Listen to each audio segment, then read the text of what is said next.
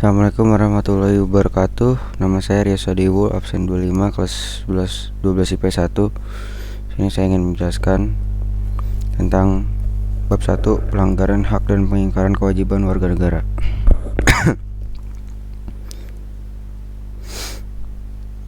Pokok pembahasan yang pertama ada makna hak dan kewajiban, 2 substansi menurut Pancasila, 3 kasus pelanggaran, dan keempat penanganan pelanggaran. Nomor 1, makna hak dan kewajiban warga negara. Hak warga negara merupakan seperangkat hak yang melekat dalam diri manusia dalam kedudukan sebagai anggota dari sebuah negara. Hak asasi bersifat universal. Hak warga negara Indonesia meliputi hak konstitusional dan hak hukum. Kewajiban.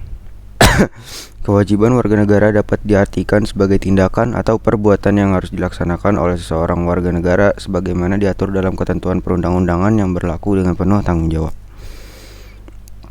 Kewajiban asasi merupakan kewajiban setiap orang, sementara kewajiban warga negara dibatasi oleh status kewarganegaraan seseorang. Korelasi hak dan kewajiban.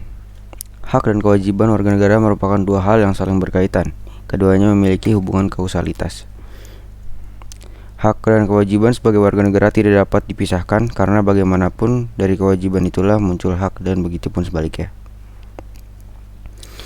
Yang kedua, substansi hak dan kewajiban warga negara dalam Pancasila.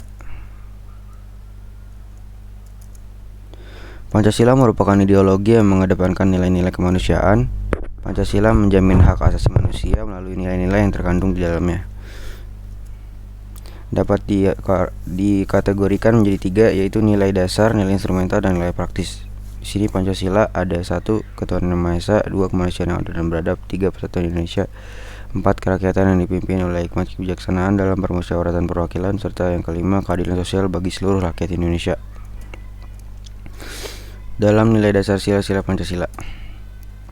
Sila pertama, menjamin hak warga negara untuk bebas memeluk agama sesuai kepercayaan serta melaksanakan ibadah sesuai dengan ajaran agamanya masing-masing. Kewajiban, membina kerjasama dengan tolong-menolong dan pemeluk agama, mengembangkan toleransi antar umat beragama menuju terwujudnya kehidupan yang serasi, selaras, dan seimbang, serta tidak memaksakan suatu agama dan kepercayaan kepada orang lain. Lalu sila kedua, hak menempatkan hak setiap warga negara pada kependudukan yang sama dalam hukum serta memiliki hak-hak yang sama untuk mendapat jaminan dan perlindungan hukum. Kewajibannya memperlakukan orang lain serta harkat dan martabatnya, mengakui persamaan derajat, hak, dan kewajiban setiap manusia, serta melakukan berbagai kegiatan kemanusiaan. Lalu sila ketiga, haknya adalah menjamin hak-hak setiap warga negara dalam keberagaman yang terjadi kepada masyarakat Indonesia seperti hak mengembangkan budaya daerah untuk memperkaya budaya nasional. Kewajiban, menempatkan kepentingan bangsa di atas kepentingan pribadi atau golongan, mencintai tanah air Indonesia, serta mengembangkan persatuan Indonesia atau Bhinneka Tunggal Ika. Lalu sila keempat, haknya adalah menjamin partisipasi politik warga negara yang diwujudkan dalam bentuk kebebasan berpendapat dan berorganisasi serta hak berpartisipasi dalam pemilihan umum. Kewajiban, yang pertama, mengutamakan musyawarah mufakat dalam setiap pengambilan keputusan, tidak memaksakan kehendak kepada orang lain. Lalu sila yang ke-5, mengakui hak milik perorangan dan dilindungi pemanfaatannya oleh negara serta memberi kesempatan sebesar-besarnya kepada masyarakat. Lalu kewajibannya, 1, mengembangkan sikap gotong royong dan kekeluargaan dengan masyarakat lingkungan sekitar. 2, tidak melakukan perbuatan yang merugikan kepentingan umum. 3, suka bekerja keras. Nilai dalam nilai instrumen sila-sila Pancasila. Yang pertama, hak atas kewarganegaraan. Yang kedua, kesamaan kedudukan dalam hukum dan pemerintahan. 3, hak atas pekerjaan dan penghidupan yang layak bagi kemanusiaan. 4, hak dan kewajiban bela negara. 5. Kemerdekaan berserikat, berkumpul, kemerdekaan memeluk agama, pertahanan dan keamanan negara.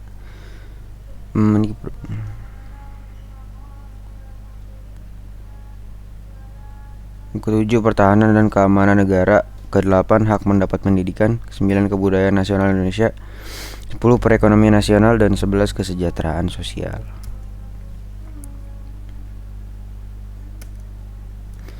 Dalam nilai praktis, sila-sila Pancasila merupakan perwujudan nilai instrumental. Ini adalah berikut contoh perwujudan dari nilai-nilai instrumental. Dan ini contoh nilai praktis. Pancasila senantiasa berkembang sesuai dengan perkembangan zaman dan aspirasi masyarakat dikarenakan Pancasila sebagai ideologi yang terbuka. Pembahasan ketiga yaitu ada kasus pelanggaran hak dan pengingkaran kewajiban warga negara. Biasanya hal-hal tersebut disebabkan oleh yaitu ada yang pertama sikap egois atau terlalu mementingkan diri sendiri, yang kedua rendahnya kesadaran berbangsa dan bernegara, ketiga ada sikap tidak toleran, keempat penyalahgunaan kekuasaan, kelima ketidaktegasan aparat penegak hukum, dan yang keenam penyalahgunaan teknologi. Jadi ini berikut adalah penyebab-penyebab yang biasanya menyebabkan kasus pelanggaran hak dan kewajiban warga negara. Oke, kasus pelanggaran hak warga negara. Pertama, proses penegakan hukum masih belum optimal dilakukan. Kedua, tingkat kemiskinan dan angka pengangguran di negara kita masih cukup tinggi. Ketiga, makin merebaknya kasus pelanggaran hak asasi manusia seperti pembunuhan, pemerkosaan, kekerasan dalam rumah tangga dan sebagainya.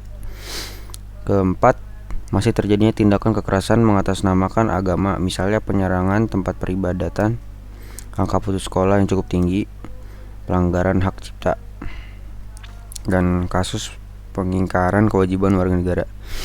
Pengingkaran kewajiban negara banyak sekali bentuknya, mulai dari sederhananya sampai yang berat. Diantaranya adalah yang pertama membuang sampah sembarangan, 2 melanggar aturan berlalu lintas, 3 merusak fasilitas negara, 4 tidak membayar pajak kepada warga negara, dan kelima tidak berpartisipasi dalam usaha pertahanan dan keamanan negara. Lalu pembahasan yang keempat, penanganan pelanggaran hak dan pengingkaran kewajiban warga negara. Upaya pemerintah dalam penanganan kasus adalah berikut. Yang pertama, supremasi hukum dan demokrasi harus ditegakkan.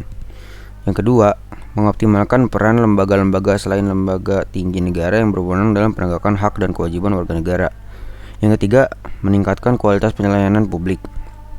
Keempat, meningkatkan pengawasan dari masyarakat dan lembaga-lembaga politik terhadap setiap upaya penegakan hak dan kewajiban warga negara. Yang kelima, meningkatkan penyebarluasan prinsip-prinsip kesadaran bernegara kepada masyarakat melalui lembaga pendidikan formal maupun non-formal. Yang keenam, meningkatkan profesionalisme lembaga keamanan dan pertahanan negara. Ketujuh, meningkatkan kerjasama yang harmonis antar kelompok atau golongan dalam masyarakat.